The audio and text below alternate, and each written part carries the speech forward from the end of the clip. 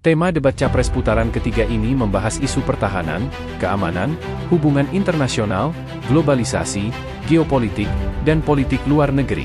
Namun hasil dari debat Capres yang ketiga ini menimbulkan banyak polemik, terutama masalah pertahanan dan keamanan, terjadi pro dan kontra, yang pro menganggap ini perlu, dan yang kontra tetap membela paslon 02 di berbagai medsos dengan gayanya masing-masing.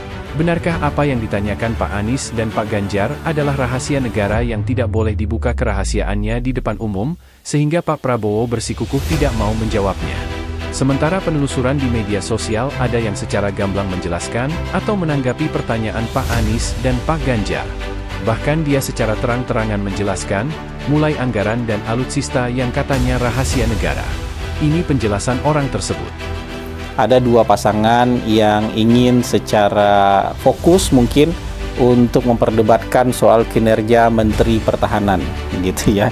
Jadi kita nggak membahas soal pertahanan secara umum, tapi mereka mau lebih fokus untuk membahas kinerja Kementerian Pertahanan.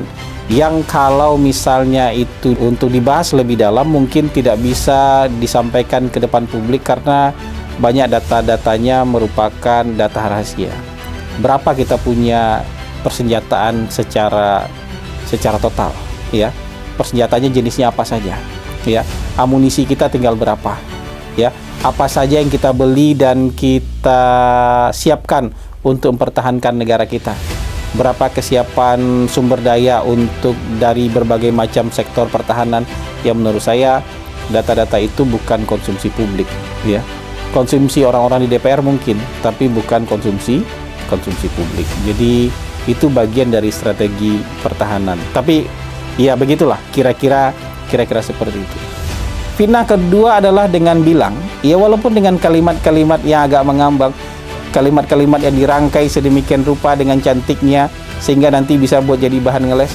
Ya, 700 triliun anggaran Kementerian Pertahanan yang digunakan untuk pembelian alutsista bekas. Dari tahun 2019 sampai tahun 2024 mungkin memang anggaran Kementerian Pertahanan sekitar 700 triliun total selama 4 tahun. Ya, mungkin 365, 366 atau separuhnya dibelikan untuk pembelian alutsista. Tapi sepanjang zaman Pak Prabowo nggak ada alutsista bekas yang dibeli.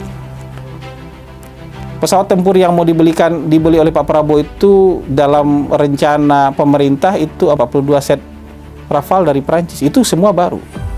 Tapi pesawat baru ini baru akan nyampe mungkin 3 tahun atau 4 tahun. Ya, itu pesawat pertama yang datangnya. Pesawat baru itu kan bukan hari ini dipesan, bulan depan datang. 3 tahun lagi. Sementara ada pesawat Hawk yang sudah pensiun. Lalu kekayaan negara kita, luas negara kita, kedaulatan negara kita, sampai pesawat baru itu datang mau dijaga pakai apa? Kan nggak mungkin dijaga pakai congornya Anies Baswedan. Negara kita harus dijaga dengan kekuatan yang real. Apa itu? Ada kapal perang, ya, ada kekuatan angkatan laut, ada kekuatan angkatan udara. Ya, selama masa transisi sampai pesawat baru itu datang, terus kedaulatan negara kita dijaga pakai apa? Sementara ini sudah pensiun. Harus ada kekuatan udara interim sementara, itu yang disampaikan oleh Pak Prabowo. Karena pesawat kita nanti itu adalah Rafale dari Prancis, maka teknologi yang mirip dengan Rafale itu namanya Mirage. Dan Mirage ini akan dibeli 12 set, ya, 12 set pesawat tempur dengan nilai sekitar 14 triliun. 14 triliun, bukan 700 triliun untuk beli pesawat bekas. Kalau kita mau fair, 30 pesawat F-16 kita yang hari ini masih berfungsi, itu juga pesawat bekas yang dibeli dalam kurun waktu 2009-2012. Jadi ini juga mau memfitnah. Bukan dia nggak tahu data, dia tahu datanya, di internet ada. Anak SD nyari di internet juga ketemu data itu. Tapi sengaja disampaikan untuk memfitnah.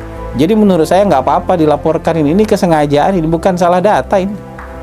Ini kesengajaan untuk memfitnah. Kenapa? Karena adabnya jauh terpuruk di bawah ilmu. Mungkin itu jawaban yang dimaksud dari pertanyaan Pak Anies dan Pak Ganjar, seperti yang diuraikan oleh Bapak ini. Jadi tidak ada yang rahasia.